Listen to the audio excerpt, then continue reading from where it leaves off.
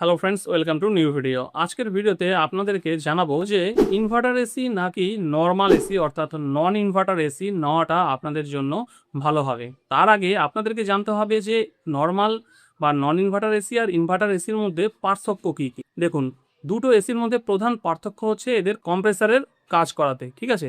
যেমন normal AC যেটা নন inverter, এটা কিভাবে কাজ করে, এই এসি একবার ঘর ঠান্ডা হয়ে গেলে এর কম্প্রেসারটা পুরোপুরি বন্ধ হয়ে যায়। আবার যখন ঘর গরম হতে শুরু করে তখন আবার এর কম্প্রেসারটা স্টার্ট হয়ে আবার ঘরটাকে ঠান্ডা করে, ঠিক আছে। তো এইভাবে বারবার ঘর ঠান্ডা হলে কম্প্রেসার অফ হয়ে যায় এবং ঘর গরম হওয়ার সময় কম্প্রেসারটা আবার অন হয়। কিন্তু ইনভার্টার এসির ক্ষেত্রে কি হয়, এর কম্প্রেসারটা পুরোপুরি বন্ধ হয়ে যায় না। এর কম্প্রেসারটা সবসময় অন থাকে, কিন্তু কখনো প্রয়োজন অনুযায়ী কম্প্রেসারের পাওয়ার বাড়িয়ে দেয় এবং প্রয়োজন অনুযায়ী সেটার পাওয়ার কমিয়ে দেয়, কিন্তু কখনোই পুরোপুরি বন্ধ হয়ে যায় না। তো এটাই হচ্ছে মেন ডিফারেন্স ইনভার্টার এসি এবং নন ইনভার্টার এসির কাজের মধ্যে। তারপরেও আরও অনেক ডিফারেন্স আছে যেগুলো পরপর আপনাদের সামনে আজকে আমি জানাবো, এবং এখান থেকে একটা আপনারা ধারণা তৈরি করে নিতে পারবেন যে আপনাদের যদি এসি কেনার প্রয়োজন হয় তাহলে আপনারা নন ইনভার্টার এসি নেবেন নাকি ইনভার্টার এসি নেবেন, এবং এটাও জানাবো যে কাদের ইনভার্টার এসি প্রয়োজন এবং কাদের নন ইনভার্টার এসির প্রয়োজন। তো আর একটা সবচেয়ে বেশি গুরুত্বপূর্ণ বিষয় যেটা হচ্ছে ইনভার্টার এবং নন ইনভার্টার এসির মধ্যে, ইনভার্টার এসিতে কারেন্টের কনজামশনটা কম হয়, সেই জন্য ইলেকট্রিক বিলটা তুলনামূলকভাবে কম আসে। আর নন ইনভার্টার এসিতে কারেন্টের খরচটা একটু বেশি হয়, সেই জন্য ইলেকট্রিক বিলটাও একটু বেশি আসে। এবার আপনাদেরকে কয়েকটা ইনভার্টার এসি এবং নন ইনভার্টার এসির মধ্যে পার্থক্য জানাবো, ঠিক আছে। প্রথম হচ্ছে আপনার কম্প্রেসারের যে স্পিডটা, ঠিক আছে। তো ইনভার্টার এসির কম্প্রেসারের স্পিড কিন্তু পরিবর্তনশীল, যখন প্রয়োজন হবে কম হবে, যখন প্রয়োজন হবে বেশি হবে। কিন্তু নন ইনভার্টার এসির কিন্তু কম্প্রেসারের স্পিড কিন্তু ফিক্সড, যখন অন হবে ঠিক একইভাবেই চলতে থাকবে, ঠিক আছে। এবার 2 নম্বর হচ্ছে আপনার যে টেম্পারেচার, এই টেম্পারেচারের নিয়ন্ত্রণটা। ইনভার্টার এসি এর কম্প্রেসারের যে স্পিডটা, এটা নিয়ন্ত্রণ করে আপনাদের ফ্রেড তাপমাত্রাটাকে সবসময় একই রকম নিখুঁত রাখে। আর নন ইনভার্টার এসি যেহেতু বারবার কম্প্রেসার অফ হয় এবং অন হয়, সেই জন্য মাঝে মাঝে দেখবেন ঘর বেশি ঠান্ডা হয়ে গেছে, আবার কিছুক্ষণ পরে আবার ঘর দেখবেন একটু গরম হতে শুরু করে দেয়।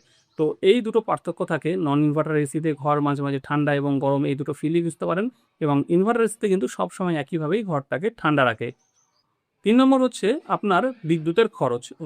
ইনভার্টার এসিতে কিন্তু বিদ্যুতের খরচ নন ইনভার্টার এসির তুলনায় 30 থেকে 40% পর্যন্ত কম হয়। সেক্ষেত্রে কিন্তু আপনার নন ইনভার্টার এসিতে কিন্তু বিদ্যুতের খরচটা আগেও যেমন বললাম যে একটু বেশি হয়।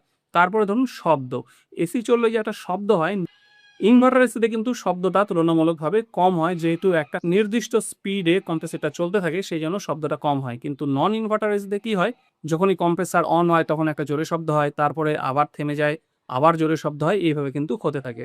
তারপরে হচ্ছে রুম ঠান্ডা হওয়ার গতি। ইনভার্টার এসিতে কিন্তু খুব তাড়াতাড়ি রুমটা ঠান্ডা হয়ে যায়, আর নন ইনভার্টার এসিতে কিন্তু রুম ঠান্ডা হতে একটু বেশি টাইম লাগে।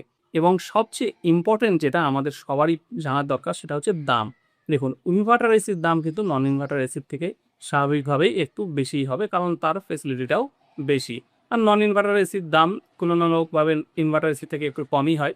কিন্তু এখানে একটা জিনিস আমাদেরকে খেয়াল রাখতে হবে, যে ইনভার্টার এসির কিন্তু মেনটেন্যান্স চার্জ কিন্তু নন ইনভার্টার এসির থেকে বেশি, এবং তার স্পেয়ার পার্টসের দামও কিন্তু বেশি।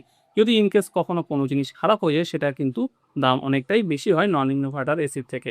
আর নন ইনভার্টার এসির মেনটেন্যান্স এবং সার্ভিসিং চার্জও কিন্তু ইনভার্টার এসির থেকে কম, এবং এর স্পেয়ার পার্টস বা কোনো পার্টস যদি খারাপ হয়ে যায় সেটা সহজে পাওয়া যায়, এবং দামটাও কিন্তু কম হয়। এইবার বলি যে কাদের জন্য ইনভার্টার এসি এবং কাদের জন্য নন ইনভার্টার এসি, কোনটা আপনারা কিনবেন, আপনাদের প্রয়োজনটা কি। দেখুন, আপনারা যদি ভাবেন যে আপনাদের সারাদিন এসি চলবে, বেশিরভাগ সময় দিনের এসি চালাবে, তাহলে কিন্তু আপনাদের জন্য ইনভার্টার এসিটাই বেস্ট। আর যারা শুধুমাত্র দিনে 3 থেকে 4 ঘন্টায় এসি চালাবেন, তাদের জন্য কিন্তু নন ইনভার্টার এসিটাই ঠিক। সো ফ্রেন্ডস, আজকে আমি আপনাদেরকে ইনভার্টার এসি এবং নন ইনভার্টার এসি এই দুটোর যে মেন ডিফারেন্সগুলো সেগুলো আপনাদের সামনে তুলে ধরলাম। এইবার আপনারা আপনাদের প্রয়োজন অনুযায়ী যেটা ভালো হবে সেটা আপনারা পারচেস করতে পারবেন। সো ফ্রেন্ডস, আপনাদের জন্য আমি কয়েকটা এসি সাজেস্ট করছি যেগুলো আপনাদের জন্য ভালো হতে পারে। আপনারা চাইলে কিন্তু এই এসিগুলো পারচেস করতে পারেন। সেখানে ইনভার্টার এবং নন ইনভার্টার দুরকম এসি আছে। আপনারা চাইলে ভিডিও ডেসক্রিপশন থেকে সেই এসিগুলো দেখতে পারেন, এবং যদি আপনাদের প্রয়োজন হয় সেগুলো পারচেসও করতে পারেন। তো ভিডিওটি যদি ভালো লাগে তাহলে অবশ্যই ভিডিওটাকে একটা লাইক করবেন, আর এরকম ভিডিও দেখতে পছন্দ করলে চ্যানেলটাকে সাবস্ক্রাইব করে নেবেন।